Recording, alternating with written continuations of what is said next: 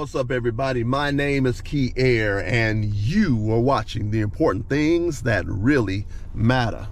Today, we're going to go into part 2 of Men, is it really worth marrying in the U.S.?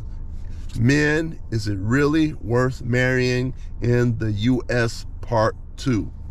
Now, let me start off by saying this. This is very, very important information, which I'm going to be giving you today, things that you need to take in consideration before you get married. Very, very important things.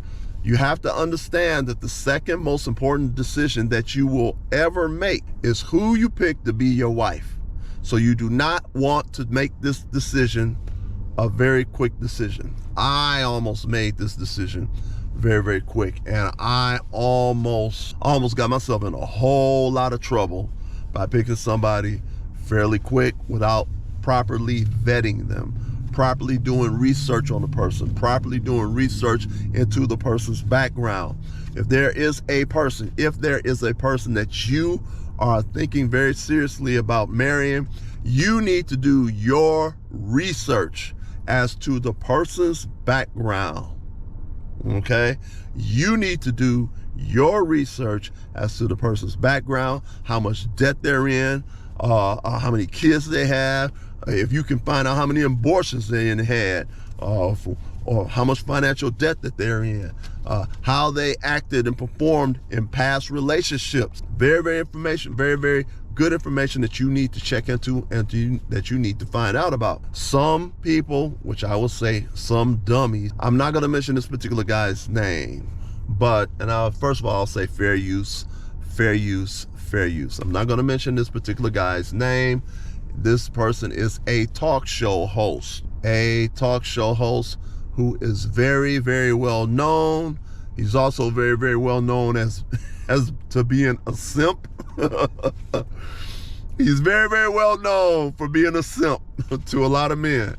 And I'm not gonna lie, sometimes I hate to hear this man talk, because it's like this guy's wife has got him so brainwashed and got him under so much control that you can pretty much figure that she got his nuts in her purse. So, but anyway,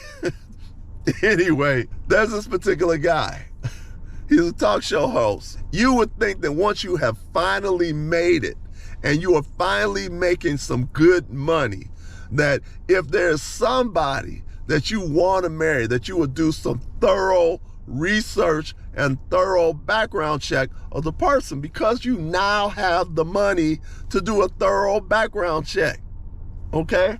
You want to find out how much debt they're really in. You want to find out how many relationships they've been in. You want to find out how they acted and responded in the past to relationships, which is going to give you an indication on how they're going to act and respond to you in this relationship called marriage. Okay, so anyway, this particular talk show host didn't bother to do any of that with all the money that he's making. He didn't bother to do no research into his wife's background. Wife had 2 kids by 2 different family members of the same family. Let me say that again. A particular woman that this guy decided to marry had 2 kids by 2 different men of the same family. And the person was involved in a lot of people that were kind of real shady and maybe in criminal activity and stuff. And so you would think, if you are now a multimillionaire and you have plenty of money to spend, that you would go and pay somebody to do a thorough background check of the person that you're about to marry, especially if you got some money, especially if you got a whole lot of money. Okay, well, this guy didn't do that. And so now he is now pretty much reaping what he sowed. Everybody and their mama know the background of this person that he married, and everybody's looking at him like, are you crazy? You all the money that you making, you didn't bother to pay somebody to do all the research for you? You make enough money to do that. They could have brought you all types of information, which could have determined whether he was going to marry the woman or not. But anyway, I want to say fair use, fair use, fair use. Let me tell you about this other story that you need to know about. There was a female friend of mine that I was kind of working with. I was an engineer at the time, and I think she was an engineer also too. And so we became kind of close, and we were talking about certain things that were going on in our lives. And so one day we were talking, and this particular woman, African-American female, she really had a bad taste in her mouth about her mother. So I'm like, why do you have a really, really bad taste in your mouth concerning your mother? You would talk about her mother and her whole face would change.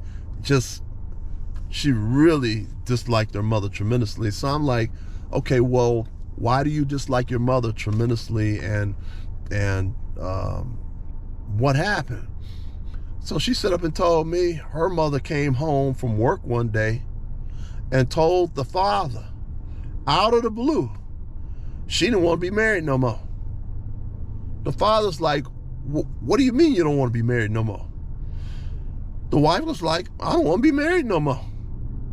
She want to go out and be in the street and have fun. Once again, she wants to go out, be in the street with her girlfriends and have fun.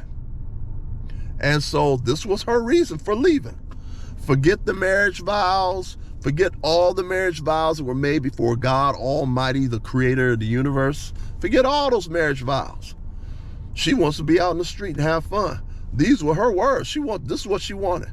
And so this particular woman, who was a friend of mine, told me she really disliked her mother. And I think it even got to the point where she hated her mother because she seen what her mother did to her father, which was come home one day, said, I don't want to be married no more. And then next thing you know, her mother disappeared.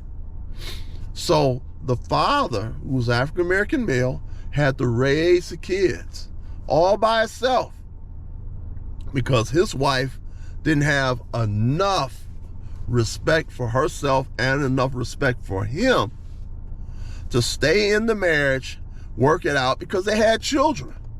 She just up to decide she just wanted to leave. Okay, so that is a second story that I want to tell you. You want to go back to the first video, part 1, so you can hear the first story I was talking about, because it's really serious. As I stated before, this one particular foundation had tested about 10,000 women. They went and found research on so many different things as far as to predict whether a marriage is going to last or not based upon how many partners the woman has. Okay, so very, very extremely important. And they found out, this particular foundation found out that what the reason was why most women left their husbands was really no reason. They just up and left, forget the marriage vows, forget the vows before God, and they just went and did their own things.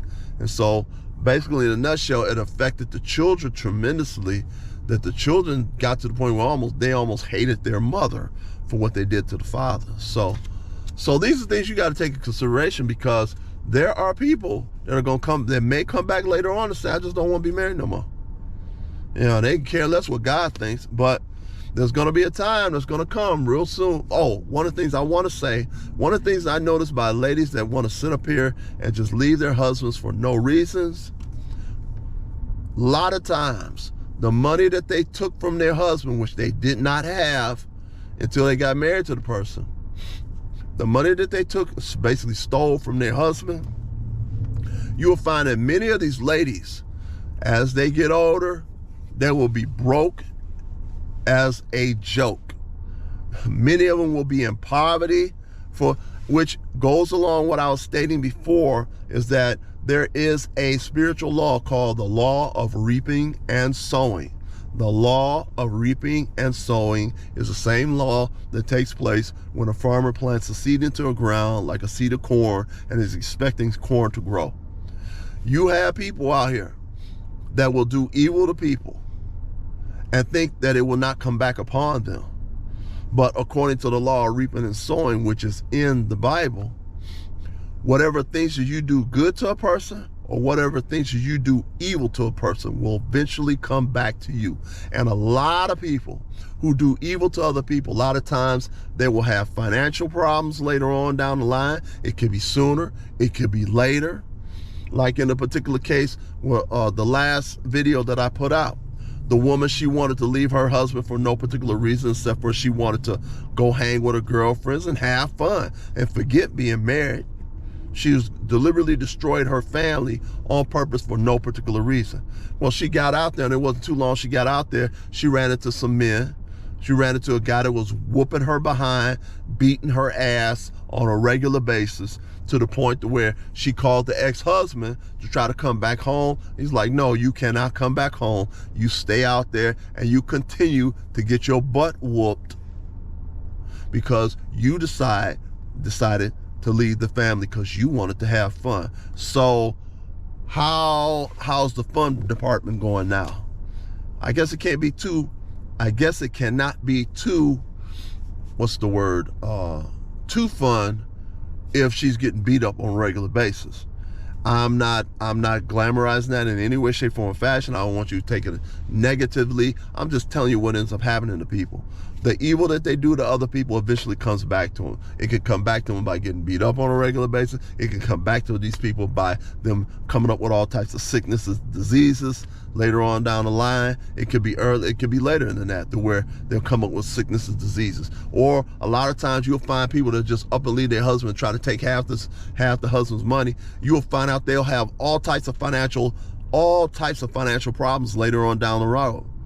These people, these women will have all types of financial problems. I know a lady right now that left her husband. She wanted to be in the street. She left her husband, took half his stuff, took half the money from the house, half the equity. She just had all this money. And guess what ended up happening? She blew all of that money. And now, just like I said before, this woman is darn near in abject poverty and had the audacity to call the ex-husband after she done stole half his money and say, years later, can we get back together? Of course you know what he said. Oh no, we can't get back together. You must have forgot that you took all this money from me when you decided to leave. No, you can't come back. And so this is what happens to a lot of ladies who have stole money from their husbands. This is what happened to a lot of ladies who have stolen money from their husbands through the divorce process. Money that they never had themselves when they came into the marriage. A lot of these ladies end up in poverty. And I know, and it's not just one lady that I know who is in poverty. I know a number of other ladies that are in poverty right now. They left the husbands for little to no reasons, which is what this foundation found out.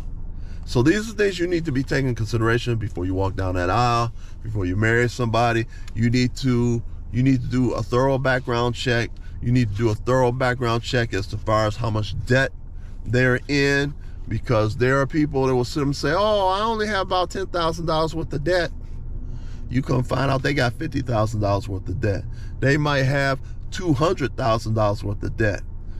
Part of that debt includes student loan debt, okay? And a lot of times, if you sit up here and you do some research on some people, you find out they might be in $150,000 worth of student loan debt, $200,000 of student loan debt. They might be in $40,000 or $50,000 in credit card debt. And if they have a kid, it takes over $300,000 to raise a child up to 18 years old. So some people that you run into, if you take up the debt from the child, the credit card debt, and the student loan debt, and you add all those debts up, you might find that the woman that you want to marry might be in $500,000 or $600,000 or $700,000 in debt, period.